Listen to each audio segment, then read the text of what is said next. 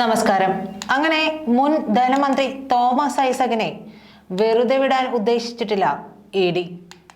ഹൈക്കോടതിയിൽ നിന്ന് കിട്ടിയ ആശ്വാസം ഐസക്കിന് നിൽക്കില്ല എന്നർത്ഥം. കാരണം കിഫ്ബി മസാല ബോണ്ടുമായി ബന്ധപ്പെട്ട ഫെമ നിയമലംഘന കേസിൽ ഡോക്ടർ ടി.എം. തോമസ് ഐസക്കിന്റെ ചോദ്യം ചെയ്യൽ തടഞ്ഞ സിംഗിൾ ബെഞ്ച് വിധിക്കെതിരെ ഡിവിഷൻ ബെഞ്ചിനെ സമീപിക്കാൻ ഒരുങ്ങുകയാണ് ഇ.ഡി.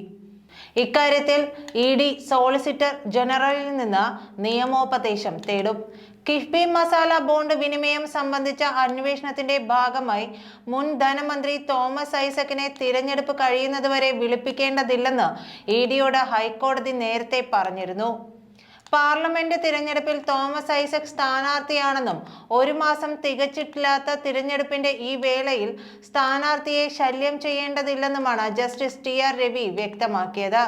എന്നാൽ ഇ.ഡി. കൈമാറിയ ഫയലുകൾ പരിശോധിച്ചതിൽ നിന്ന് ചില കാര്യങ്ങളെക്കുറിച്ച് സംശയമുണ്ടെന്നും വ്യക്തത വരുത്തേണ്ടതുണ്ടെന്നുമാണ് ഇ.ഡി. പറയുന്നത്. ലോക്സഭാ തിരഞ്ഞെടുപ്പിൽ പത്തനംതിട്ടയിലെ LDF സ്ഥാനാർത്ഥിയാണ് തോമസ് ഐസക്.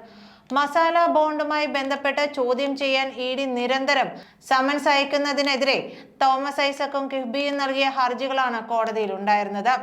ഇ.ഡി. സമർപ്പിച്ച ഫയലുകളിലൂടെ താൻ കടന്നുപോയെന്നും ഈ ഘട്ടത്തിൽ വിശദാംശങ്ങൾ വെളിപ്പെടുത്തുന്നില്ലെന്നും കോടതി വ്യക്തമാക്കിയിരുന്നു.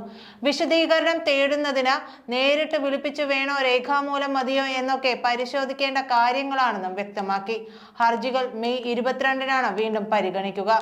തോമസ് ഐസക് ഉൾപ്പെടെയുള്ളവർക്ക് ഹാജരാകാൻ ഒരു തീയതി പറയാനാകുമോ എന്ന് ഇ.ഡിക്ക് വേണ്ടി ഹാജരായ additional solicitor general ARL Sundaresan ആവശ്യപ്പെട്ടെങ്കിലും അതിന് മുതിരുന്നില്ലെന്ന് കോടതി പറഞ്ഞു. ഇതിനിടെ കേസിൽ കക്ഷി ചേരാൻ മാധ്യമപ്രവർത്തകൻ നൽകിയ അപേക്ഷ കോടതി തള്ളിയിരുന്നു.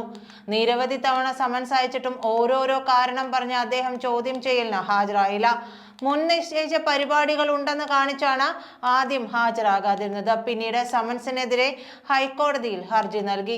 ഹർജി ഉള്ളതിനാൽ ഹാജരാകില്ലെന്നായി. അതേസമയം ഹൈക്കോടതി ഒരു സമൻസും സ്റ്റേ ചെയ്തിട്ടില്ല. പലകുറി സമൻസ് അയച്ചിട്ടും ഹാജരാകാത്തത് അദ്ദേഹത്തിന് നിയമത്തോടും കോടതി നിർദ്ദേശങ്ങളോടും ബഹുമാനമൊന്നുമില്ലെന്നാണ് വ്യക്തമാക്കുന്നത്. ഇ.ഡിക്ക് വേണ്ടി അഡ്വക്കേറ്റ് ജയശങ്കർ പി. നായർ ഹൈക്കോടതിയിൽ സമർപ്പിച്ച മറുസത്യവാങ്മൂലത്തിൽ ഇങ്ങനെയാണ് ചൂണ്ടിക്കാണിക്കുന്നത്. എന്തായാലും തിരഞ്ഞെടുപ്പ് കാലമായതോടെ LDF സർക്കാരിന് നല്ല പുകിലാണ്. കരുവന്നൂർ കേസുമായി ബന്ധപ്പെട്ട് പിണറായിക്കെതിരെ കുരുക്കുമുറുകുന്നു. മാസപ്പടി കേസിലും ഇ.ഡി. പിടിമുറുക്കുന്നു. അതിൽ വീണയ്ക്കെതിരെ മാത്രമല്ല, അതിൽ പിണറായി കൂടെ ഉൾപ്പെടുന്നുണ്ട്. പിന്നാലെയാണ് ഇ.ഡി.